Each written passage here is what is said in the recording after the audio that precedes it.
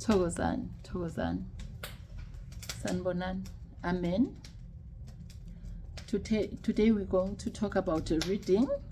Reading is the first point of getting to know who you are, of getting to know the spirits that are leading you, for getting to know and eradicate your spiritual problems. As a result, a reading can make you or break you. That is why it's very important to get an authentic reading. Okokuqala nje, umuntu wamanzi akafundeki. Umuntu wamanzi akafundeki unless athole omunye umuntu onesipho esifana nesakhe. Umuntu wamanzi akafundeki kodwa uyakwazi ukufunda bonke abantu. We need to be very careful during a reading, because the reading can break or make up. Right? Usubonile ukuthi uneyinkinga zomoya, usubonile ukuthi imali yaphela, usubonile ukuthi imisebenzi yaphela, usubonile ukuthi unezigulo ezingelapheki, usubonile ukuthi uneyikolodo. Kodwa at the end of the day, you're a hard worker. You work so hard and then you can't explain what is the problem. And then you already seen that, look, my problems are abnormal in their normal way, right? And then you decide to go for a reading. When you go for a reading, you need to go for a reading to go and confirm. Meluqala uzazi wena. You need to know yourself first. You need to know that something is amiss, right? You only go there for confirmation. Why must you go there for a confirmation? You're preventing the situation whereby you're not going to be told things that you don't know. Wenzela ukuthi ukwazi ukuthi ngisho noma usutshelwa izinto okungezona, it's easy for you to know ukuthi angizazi lezi zinto, right? Usufikileke ku reading, mangabe uhlushwa ubizo lwamanzi okanye ubizo lwesithunywa, umuntu ongenazo lezo zinto angeke akwazi ukukurida. Let's say you are called to be a pastor. Let's say you are called to be a healer. Let's say you are called to heal with herbs, to heal with water. You need to go to someone who does the same things like you. When you've dreamt of izembatho amabai, you need to go to the healer that has got the same mabai that you once dreamt, or the ones that fascinates you, so that you are able to eradicate that. You are called to be a healer in which fraternity, because we've got different fraternities as healers. And then bese kuba namanye ama-healers that are universal, that will work universal, and I'm one of them, who's got all the gifts. There is something like that, right? Because I'm like blood zero positive. I can give my blood to everybody, but I can't receive other bloods. So if you assess yourself, you're going to be assisted, and then get to know which spirits must you appease, which spirits must you cast out, right? To the healers abangakwazi ukuhlola, kuyamlahlekisa kakhulu umuntu lokho. To the healers that chooses izembatho or amabai for your patients, kuyamlahlekisa umuntu lokho, ngoba you're going to be punished by the guides of those healers. So be authentic and tell the people the truth. If you cannot read a person, Like I said, umuntu wamanzi akafundeki. You cannot read umuntu wamanzi onobizo lwamanzi olapha ngamanzi ungenalo wena ubizo lwamanzi. That's very true. Singalahlekisi abantu as healers. Akafundeki loyo muntu loyo uzogcina ngokuqagela. But uyakwazi ukubafunda abanye abantu. Why? Angifuna ukuqhatha kodwa ngikhuluma iqiniso and ngiyakwazi lokho. Right. Umuntu onesithunywa naye akafundeki mangabe eyeke umuntu ongenaso isithunywa. Akafundeki kwasayena. So tell the people the truth to avoid punishment. Because kwezomoya akukho ukuhlakanipha, kwezomoya there's no professor. We grow every day, we go into Ascension every day, we get taught things every day. We get uplifted every day. Intwaso yesithunywa nobupastorship ayipheli. That's a daily thing. That's a daily thing. Akekho nje ongathi unolwazi olutheni kodwa what I know, I don't want to say from experience because there's no experience either entweni zomoya. Akafundeki unless you get somebody that has got almost the same things like you. Be honest, have truth, have love, uzehlise. Ngoba awuzehliseli lo muntu omhlolelayo, uzehlisela the people that goes with that particular person. Fana nokuthi you are busy praying for people and then suddenly the people falls and suddenly they speak in voices, they speak in tongues. You need to be able to discern. You need to be able to discern which spirit is talking to this person, because the dark spirits as well can pretend to be the Holy Spirit and start demanding izembatho and start demanding amabhayi. Then if you're a healer that can't discern the spirits that are talking via the person after praying for that particular person, you're going to appease the wrong spirits for the people. That is why there's lots of people that has been initiated in a wrong way. When they come back, abasebenzi muntu. That is why kuneyintwaso ezirong. Abantu baphume phehlweni.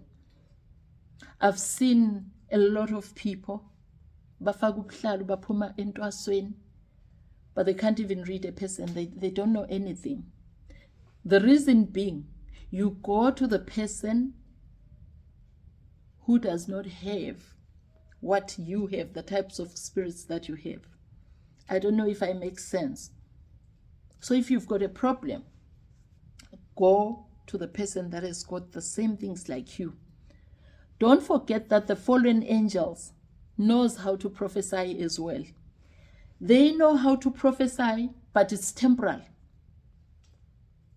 The evils, you're going to pray for a person, and then the person falls, and then the person starts screaming, and then the person starts demanding. The minute that person accepts that particular spirit, the life of that person is going to be very bad. That person will experience more bad luck. Angene entwasweni loyo muntu loyo. Kanti uphakamisa umoya wrong. Because evil spirits knows how to pretend, because they are fallen angels. That's why abazalwane do not understand ubizo lwethu. Because you go to the wrong healer, who is going to accept the fallen angels, who is going to accept the wrong spirits upon your life. Uzowatenga amabhayi. I've seen people banamabhayi inqwaba Umuntu libele uphupha ibhayi uyathenga, uphupha ibhayi uyathenga. You don't even know why must you buy lelo bhayi. Uzothenga ibhayi kanti uphakamisa umoya ongcolile, umoya okungewona. Because you've been given the wrong advice. First of all, ibhayi awulithengi because of the healer. Ibhayi ulithenga ngoba ulibonile. Then the healer has to discern. Then the healer has to check if this bhayi is from an authentic spirit. Like I said, the evil spirits knows how to pretend to be ugogo wami. Hey, leli bhayi leli ngelika gogo wami. Ugogo wami alifuna leli bhayi. No. Find out more before uzifaka enkingeni. Before uzembesa amalahle. Anjengalo mlilo wami lo. Make sure ukuthi uthatha leli bhayi, you go with it to the healer. And then the healer has to assess. If kungelona uzokutshela ukuthi this is from an evil spirit. If kuyilona uzokutshela ukuthi I know this is the correct bhayi or this is the correct isembatho. Ngesikabani ufunani. Lokho kufana nokuthi otherwise you're going to accept the dark powers. Welaphe 2 days after that ube neyinkinga obukade ungenazo before uthenga lelo bhayi, before you initiate that spirit. Read the person, because there is danger in accepting the evil spirits. The evil spirits of fallen angels, nazo ziyakwazi ukuprofita, ziyakwazi ukuthengisa umuntu amabhayi, because the powers are drawn from darkness. The powers are drawn from darkness. So be careful. Uyakwazi ukwembathwa umoya wobuthakathi, umoya wokuthandaza. Sekungenzeka ukuthi ube nenhliziyo encane before you ascend. Sekungenzeka ukuthi ube nenhliziyo embi before you ascend. But there's a time whereby God is going to uplift you. Isithunywa sakho nabakini abakwebhethe, they are going to help you to ascend. After the ascension, kuyaphela lokho konke lokho, because the ascension is the death of ego, is the death of ukushaya isifuba, is the death of ulaka, is the death of swearing, is the death of cursing. After the ascension, you experience love, you experience everything, you experience abundance. Because why? You were able to discern and accept the correct spirits upon your life. You don't just accept everything. You don't just buy ibhayi. Hey, ngiphupha ibhayi, I'm going to buy it. Ngiphupha ibhayi, ngiyathenga. Kuyingozi lokho, bantwana bezithunywa. Kuyingozi lokho uku-accepta ibhayi. Kufana nale gang elwela izikhwama. Wonke umuntu uyasifuna isikhwama sikamkhulu because umkhulu be rich. Uyasazi leso sikhwama ufuna uku-accept ukuthi besinjani. Awusazi ukuthi leso sikhwama leso besinjani, besinani. You don't know, but you want to accept. Umndeni wonke manje usuyalwa, nami nginomoya. Indaba isegazini. Asifaki ibuhlalo, asifaki lutho. Why? Indaba isegazini.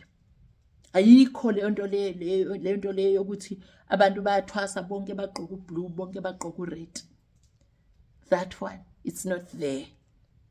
Isithunywa nesithunywa, isidalwa nesidalwa besinendlela yaso yokuthi sihloba kanjani, yokuthi sigqoka kanjani, yokuthi masithandaza sigqoka kanjani, masigida sigqoka kanjani, masiyakuba ama-herbs sigqoka kanjani. Leyo ukuthi wonke umuntu agqoka ured, wonke umuntu agqoka imaroon, ayikho leyo nto leyo. Usuka uphakamisa isithunywa okanye abadala okanye umoya ongene loyo gobela oya kuye. That is why ugobela will be rich. Elapha abantu orathola imali, orathola yonke into, wena ube ungatholi lutho, because uye lapho wayophakamisa umoya kagobela wakho, not owakho. Why? Why must everybody wear the same colors? There's no such. There's no such. There's no intelligence kwezomoya, but there's wisdom. There's wisdom. You need to listen umoya oyingcwele ukutshela. Thina bomoya oyingcwele sikwazi ukuhlolela noma ubani. Because why? We speak to the Creator. We speak to the Creator that created your own ancestors. Then that's when we get the whole truth about who you are. What is the problem? Is the problem your gift? Is the problem witchcraft? Umoya uyasitshela.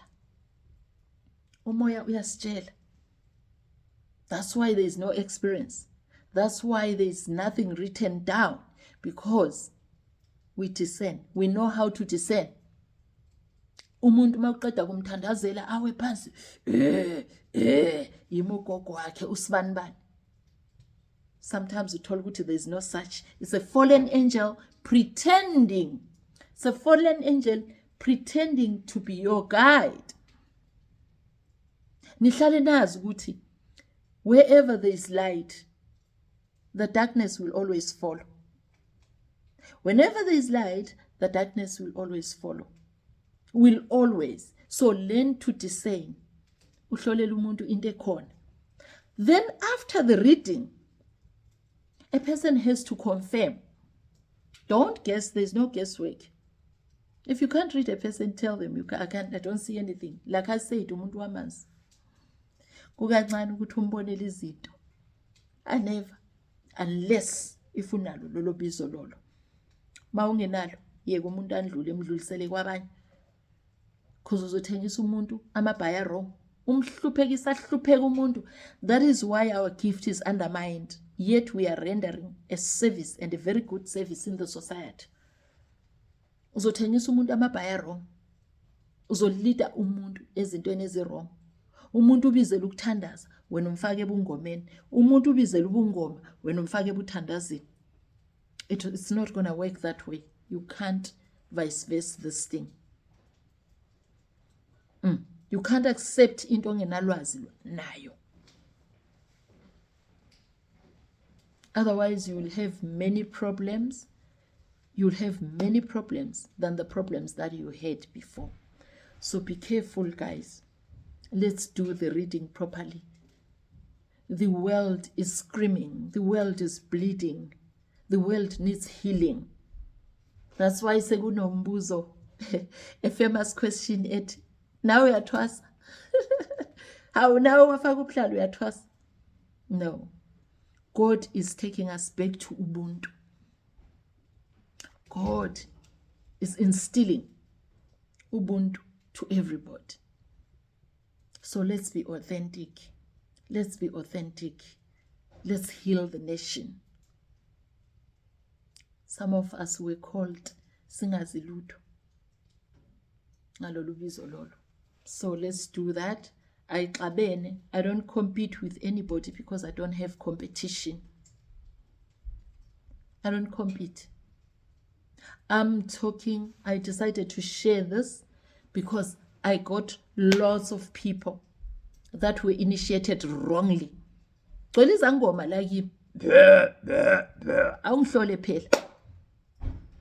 can't read anyone. They don't know anything. And then it's because the person's gift was vice versa. So let's not vice versa the gifts of people. Let's do things right. Because if you don't do things right, you're going to be punished by the guise of that person. Because you're leading people astray. You're leading people to the pit. Why? Because a reading can break or make the person. A reading, umuntu ku reading uthola isisombululo, because izikhona ezinye inkinga ezidinga ukuthi after a reading umuntu menzele a certain things aphole. Just same day uthola ukuthi he only needs isikhiye nje esi1. Then kunezinye eziba yi process. Nezinye eziba yi process. Alibele utshela umuntu, hey, hamba uye ku-anti wakho ePort Elizabeth. Usuke ePort Elizabeth uye eZambia. Uyofuna u-anti wakho nenza umsebenzi. Ayikho leyo. Umuntu mayesekhulile, as long as you are under 80 or over 18, you know how to do things yourself, because your guides lives within you. You are the image of God. You are the image of your own ancestors. You are carrying. You are carrying sifapano sa batho ba ko heno. O tshwere sifapano sa batho ba ko heno. Ha ile motho a kgethilweng, you need to stand that. You need to do that. You need to prosper. Mawuphiwe amandla uyi-one emndenini. You are the one. Kuwena otlo jara sifapano for everybody. You are the one that is expected. And you need to do that. You heal everybody. Awuzithandazeli when we won. Awuzithandazeli when we won. So tell people the truth. Makuyikuthi umuntu unesithunywa sokuthi asize umndeni, angelaphi wonke umuntu. Tell the person the truth. Ukuthi hey esiswami, oh hi baba, you've got a gift to heal the family, not to heal everybody. Tell the person the truth. You've got a gift to heal the whole nation, not only your family. If you are like me, with a universal gift, a gift to heal the nation, a gift yokubona zonke izinto ezizokwenzeka umhlaba wonke zingakenzeki, you tell the person that. Ungabi nendaba nokuthi hey uzongidlula mina ngisebenza ngesithunywa kuphela. No, it doesn't work that way. You need to be authentic during a reading, because niyabalahlekisa abantu. If you lie to the person or you can't read a person, that person has to go and do consultations from about 5 people because of one person that messed up the situation.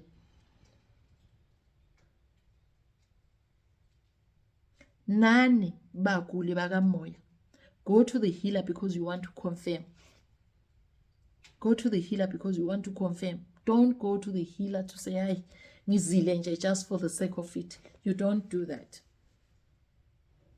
You do not do that. Ake ngithi awavote. Ngiyabonga mkhulu. Umkhulu langabi lo, umenkosazana lo, umthunzi wezwe lo. Join the spiritual healing school, then you will know kuzoqhaqheka. You will know what's wrong with you. Do a proper authentic reading, because the world needs healing. The world needs us, because we were chosen for a purpose. Help other people to discover their purpose. Thank you. Hope it will make sense. Hope it's going to help. Like I said, I don't ask people to subscribe in my channel. Abangabami, they will know. I'm not saying that with pride. I'm saying that truthfully. I don't ask people to subscribe, because they will know. Those that has to come to me, they will know. They will know. They will just know. Thank you. Siyabonga. Akwandi. Cabako. Awavute.